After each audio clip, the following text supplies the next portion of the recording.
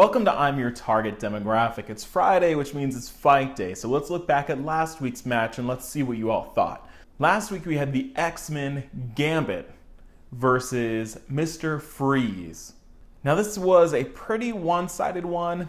I thought it was an interesting fight, but most people agreed almost unanimously that Gambit would take it. And here we've got some thoughts by Dylan Lee that sum it up pretty well. Gambit wins hands down. The way I see this playing out is that Mr. Freeze would start on the offensive while Gambit would dodge around and offer some counterattacks. They're maybe throwing some cards at Mr. Freeze as a distraction. I believe Gambit would use this chance to attempt to find a weak spot. He would proceed to grab multiple cards and throw them right in front of the ground Mr. Freeze was standing on. After this, Gambit would charge his staff and hit the helmet of Mr. Freeze.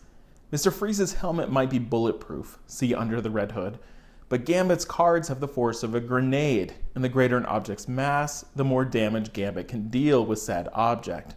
So on impact, Freeze's helmet is at its very least cracked open, which leaves him incapacitated. Gambit wins.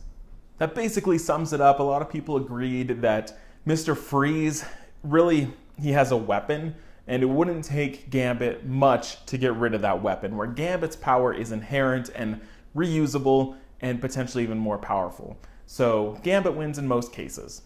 Now let's look at this week's fight. Hercules, the Olympian god of strength, versus Clayface.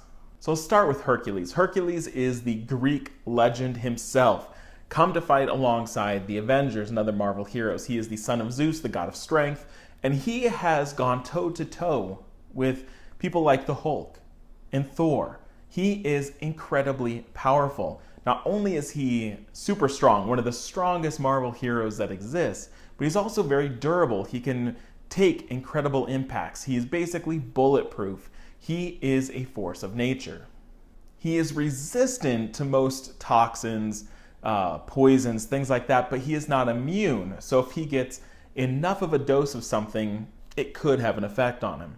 He is an expert fighter and he's an expert archer.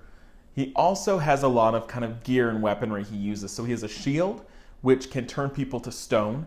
He has a sword. He has a helmet, which I think can make him invisible. So he has a lot of gear given to him by other Olympian heroes and gods. While he is immune to things like blasts and bullets, things like strangulation, grappling, choking, things like that could potentially take him out, but he's one of the strongest heroes in the Marvel Universe, so don't know if that would play a factor. Now let's look at Clayface. We're going to start with New 52 Clayface because he is the most powerful. Clayface basically is able to change his shape at will. He is made of this clay-like substance. And that means on a basic level, he can appear as anyone. So he can shapeshift, look like them, and even absorb their DNA. So if they have a power or ability, he can replicate that, which is incredibly powerful. What Clayface is really known for, though, is becoming this large, massive, hulking monster, where he can change his arms and limbs into, different shapes. He can become this mud-like substance. When he becomes mud, he's basically, you can't grab him, you can't really hurt him, and he is just kind of this ooze that you can punch through, cannot do any harm to him.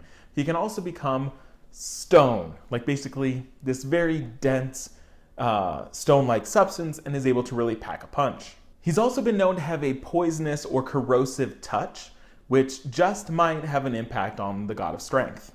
So how do you think this would play out?